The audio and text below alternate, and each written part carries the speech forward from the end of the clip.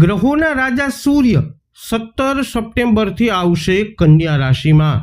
તો 17 સપ્ટેમ્બર 2025 થી આગામી 1 માસ તમારી રાશિ પર સૂર્ય ગોચરની કેવી થશે અસર. અક્ષરો હોય છે ર અને ત. તુલા રાશિના જાતકોની. તુલા રાશિના જાતકો માટે સૂર્ય 11મા ભાવના સ્વામી છે અને કન્યા રાશિમાં સૂર્યનું ગોચર તમારા 12મા ભાવમાં થશે. આ સમયે તમને નફો થશે અને ખર્ચ પણ વધી શકે છે. એટલે કે એક તરફ તમને સફળતા મળશે પરંતુ બીજી તરફ કેટલીક નિષ્ફળતાઓ પણ આવી શકે છે, જેના કારણે તમે સંપૂર્ણપણે સંતુષ્ટ ન અનુભવો તેવી શક્યતા છે. તમારા કરિયરમાં વિદેશ સંબંધિત કેટલીક નવી નોકરીની તકો મળી શકે છે, પરંતુ શક્યતા છે કે તમારી અપેક્ષા મુજબની મોટી અથવા નફાકારક ન હોય.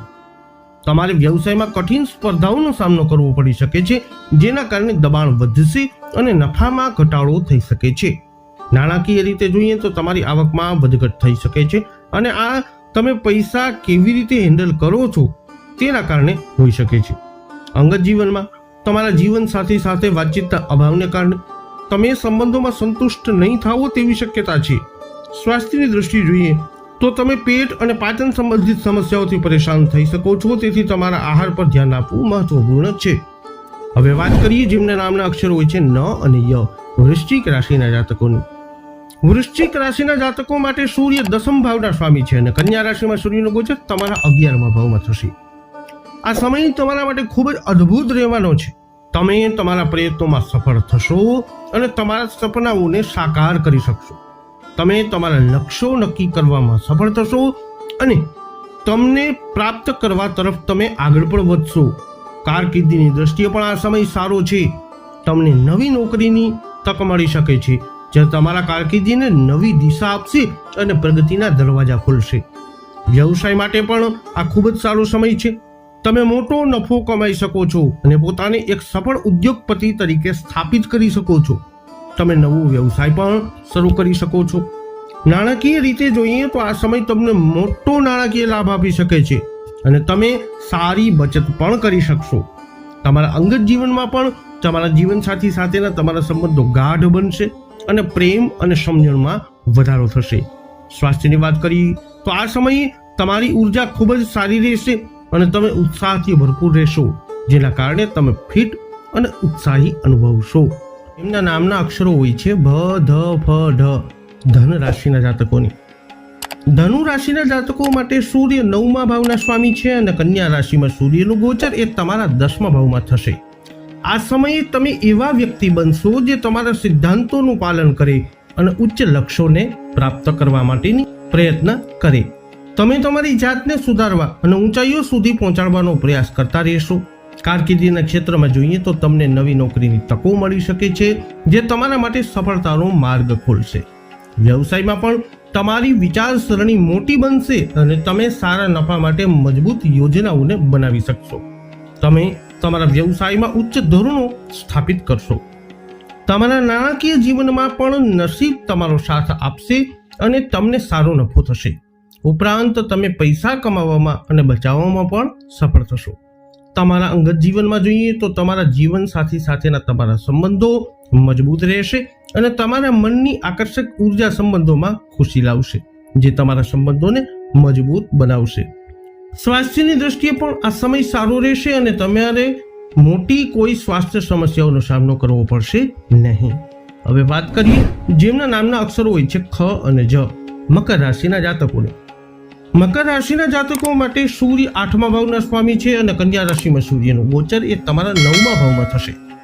આ સમયે તમારે તમારા પારિવારિક જીવનમાં કેટલાક તણાવ અને મતભેદોનો સામનો કરવો પડી શકે છે, જેના કારણે તમારું મન થોડું ઉદાસ રહી શકે છે.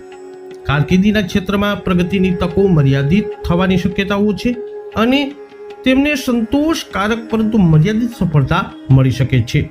વ્યવસાયમાં વધુ નફો મેળવવા માટે તમારે નક્કર અને સમજદાર યોજનાઓ બનાવવી પડશે. ઉપરાંત ઊંડા વિચારની જરૂર પણ પડશે.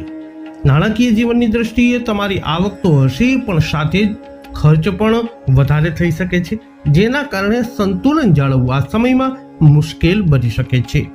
તમારા અંગત જીવનમાં પણ તમારા જીવન સાથી સાથે દલીલો થઈ શકે છે અને કૌટુંબિક વિવાદોને કારણે આવું થઈ શકે છે. સ્વાસ્થ્યની વાત કરીએ તો આ સમયે આંખોમાં બળતરા અથવા તકલીફ થઈ શકે છે, તેથી તમારા માટે પોતાનું ધ્યાન રાખવું ખૂબ જ મહત્વપૂર્ણ રહેશે. હવે વાત કરીએ જેમના નામના અક્ષરો હોય છે ગ, શ, શ, શ, કુંભ રાશિના જાતકોની. કુંભ રાશિના જાતકો માટે સૂર્ય 7મા ભાવના સ્વામી છે અને કન્યા રાશિમાં સૂર્યનું ગોચર એ તમારા 8મા ભાવમાં થવાનું છે. આ સમયે તમને તમારા મિત્રો અને સંબંધો સાથે સૌહાર્દ જાળવવામાં થોડી મુશ્કેલી પડી શકે છે અને એવી શક્યતા છે કે તમે જે પણ કાર્ય કરી રહ્યા છો તેમાં તમને સંપૂર્ણ ખુશી ન મળે. કારકિર્દી નક્ષત્રમાં જોઈએ તો તમે તમારી નોકરી બદલવાનું વિચારી શકો છો, જેથી તમને સંતોષ અને સારી ઓળખ મળી શકે. આ સમય દરમિયાન પ્રમોશનની પણ શક્યતાઓ તમારા માટે બની રહી છે. વ્યવસાયમાં નફો મેળવવામાં થોડો સંઘર્ષ થઈ શકે છે અને ક્યારેક નુકસાન પણ થઈ શકે છે. નાણાકીય જીવનમાં જોઈએ તો ખર્ચ વધારે રહેશે અને તેનું સંચાલન કરવું મુશ્કેલ બની શકે છે. તેથી અગાઉથી સારી યોજના બનાવવો એ તમારા માટે વધુ સારું રહેશે. તમારા અંગત જીવનમાં તમારા જીવન સાથી સાથે તાલમેલ જાળવવો મહત્વપૂર્ણ રહેશે અને તમારે ધીરજ પણ રાખવી પડશે. સ્વાસ્થ્યની દ્રષ્ટિએ જોઈએ તો સમયસર ન ખાવાથી પાચન સંબંધિત સમસ્યાઓ થઈ શકે છે, તેથી તમારી ખાવાની આદતોનું વિશેષ ધ્યાન રાખો. અંતમાં વાત કરીએ જેમના નામના અક્ષરો હોય છે દ, ચ, ઝ, થ, મીન રાશિના જાતકોની. મીન રાશિના જાતકો માટે સૂર્ય 6થા ભાવના સ્વામી છે અને કન્યા રાશિમાં સૂર્યનું ગોચર એ તમારા 7મા ભાવમાં થવાનું છે. આ સમય દરમિયાન તમને તમારા મિત્રો અને નજીકના સંબંધો સાથે કેટલીક સમસ્યાઓનો સામનો કરવો પડી શકે છે. મુસાફરી દરમિયાન અવરોધો આવી શકે છે અને તમને આરામ અને સુવિધાઓનો અભાવ પણ અનુભવાઈ શકે છે. કારકિર્દી નક્ષત્રમાં જોઈએ તો તમે તમારા કામથી સંતુષ્ટ નહીં થઈ શકો અને આ તમારા પ્રદર્શનને પણ અસર કરી શકે છે. વ્યવસાયમાં બેદરકારી અને ખોટા સંચાલનથી નુકસાન થઈ શકે છે, તેથી કાળજીપૂર્વક કામ કરવું મહત્વપૂર્ણ છે. નાણાકીય જીવનની વાત કરીએ તો આ સમયગાળા દરમિયાન ખર્ચ વધુ રહેશે, જેનું સંચાલન કરવું તમારા માટે થોડું મુશ્કેલ બની શકે છે. તમારા અંગત જીવનમાં જોઈએ તો તમારા જીવનસાથી વચ્ચે અહંકારને કારણે મતભેદો થઈ શકે છે, જે તમારા સંબંધોમાં તણાવ ઉત્પન્ન કરી શકે છે. સ્વાસ્થ્યની દ્રષ્ટિએ તમે તમારા જીવનસાથીના સ્વાસ્થ્ય વિશે ચિંતિત થઈ શકો છો અને સારવાર પર પૈસા પણ ખર્ચવા પડી શકે છે. માટે જીવનસાથીના સ્વાસ્થ્યને લઈ અને સચેત રહેજો.